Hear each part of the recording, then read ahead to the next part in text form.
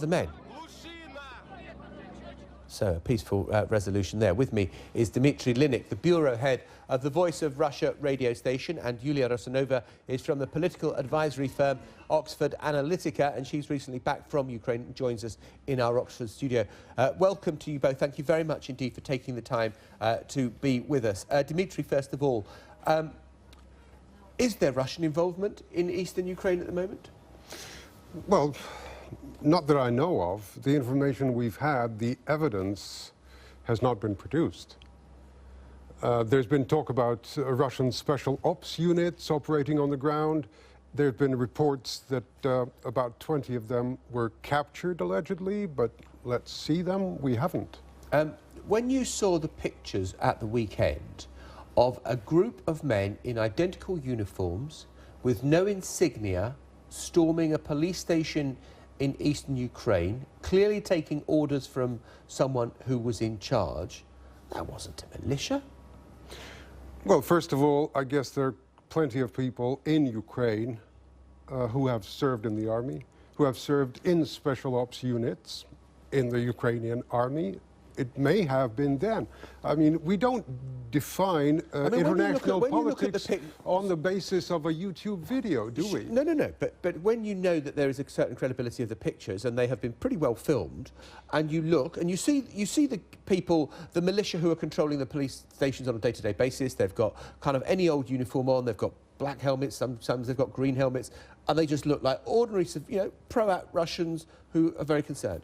But when you see it actually being stormed, and the men all have got identical uniforms, there is a clear command and control structure, isn't it reasonable to conclude that they're Russians? Yeah. Well, they could have been Ukrainians just as well, in the same uniforms. I mean, that's available. It's not something that, top secret. Again, I have no hard evidence to the contrary, but the evidence I'm shown is not enough to convince me. Okay, Yulia, let me come to you in Oxford. You're back from Ukraine. Do you believe there has been Russian infiltration in the east and is coordinating events there? I have to agree with Dmitry here. I have seen no convincing evidence of any large-scale Russian involvement. If Russians are present among the protesters, perhaps at the organizational level, in other words, helping organize the protests and giving structure to them. But we shouldn't, for example, compare the current protests in the southeast to Crimea, where the operations were executed very differently. There was almost a surgical precision and speed to them, which would be much more characteristic of professionally trained troops than what we've been seeing in the southeast, a much more messy and protracted protest environment. And we have seen, we've been reporting in the last hour that there has been moves to retake control of this airfield. How dangerous, Yulia, would you assess the situation at the moment? The acting president, has already announced start of the anti-terrorist operation. I think one thing that could potentially be a substantial catalyst is the rapid escalation in the city of Kharkiv, the second largest city in Ukraine. If protesters attempted to take greater control over the city centers, the administrative buildings, then the acting president might be prompted to launch full-scale military operation, even though we have to keep in mind that Ukraine's military is extremely limited and not very loyal to the president. Nonetheless, it would be enough to start a bloodshed and potentially prompt Russian intervention. Dmitry, what's your assessment of the situation at the moment? I think we should be looking at the situation in Kramatorsk with that fighter jet apparently shooting at people. There are 4 dead. If that escalates, I'm not sure about Kharkiv. Probably Yulia's got a point about well, that's a different theater slightly. But where I think fates are decided now is Kramatorsk and Slavyansk.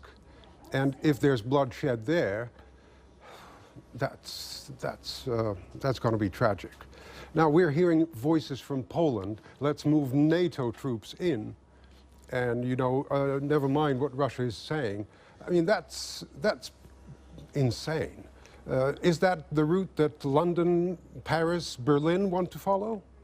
Let me just switch things around a bit. Can you imagine a situation where the Russian government in Moscow would allow a situation to take place where pro-Ukrainian had invaded bits of, had taken over bits of government property and was flying the Ukrainian flag and saying, we are loyal to Kiev, not Moscow? The Russian government wouldn't put up with that for a minute.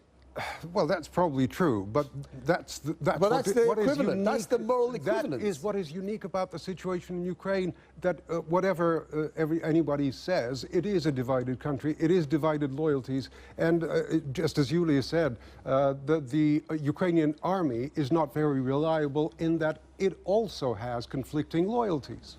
Yulia, just let me put to you what the Ukrainian ambassador to the United Nations has just said. He said his country is ready to use all means to defend itself against what he called continuing Russian aggression. So, I mean, we don't know about what the extent of the military action is, but the language seems to be ratcheting up.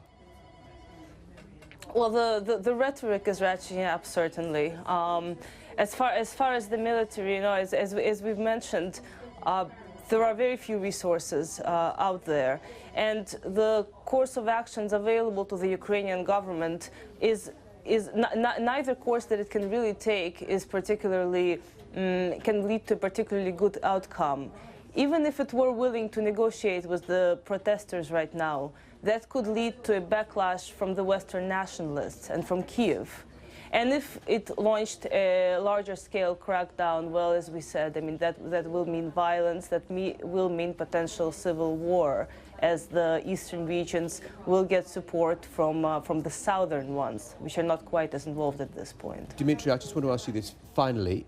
Do you think there's any prospect that Moscow will say to those pro-Russian separatists, stand down? I don't see much of a chance of that.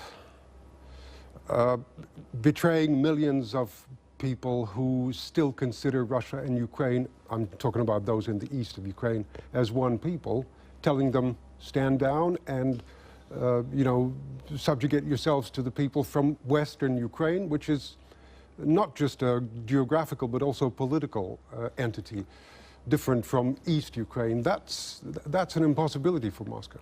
Okay, Dmitry Linik and Yulia Rusanova in Oxford, both of you, thank you very much. Fascinating discussion. Thanks so much for being with us here on the program.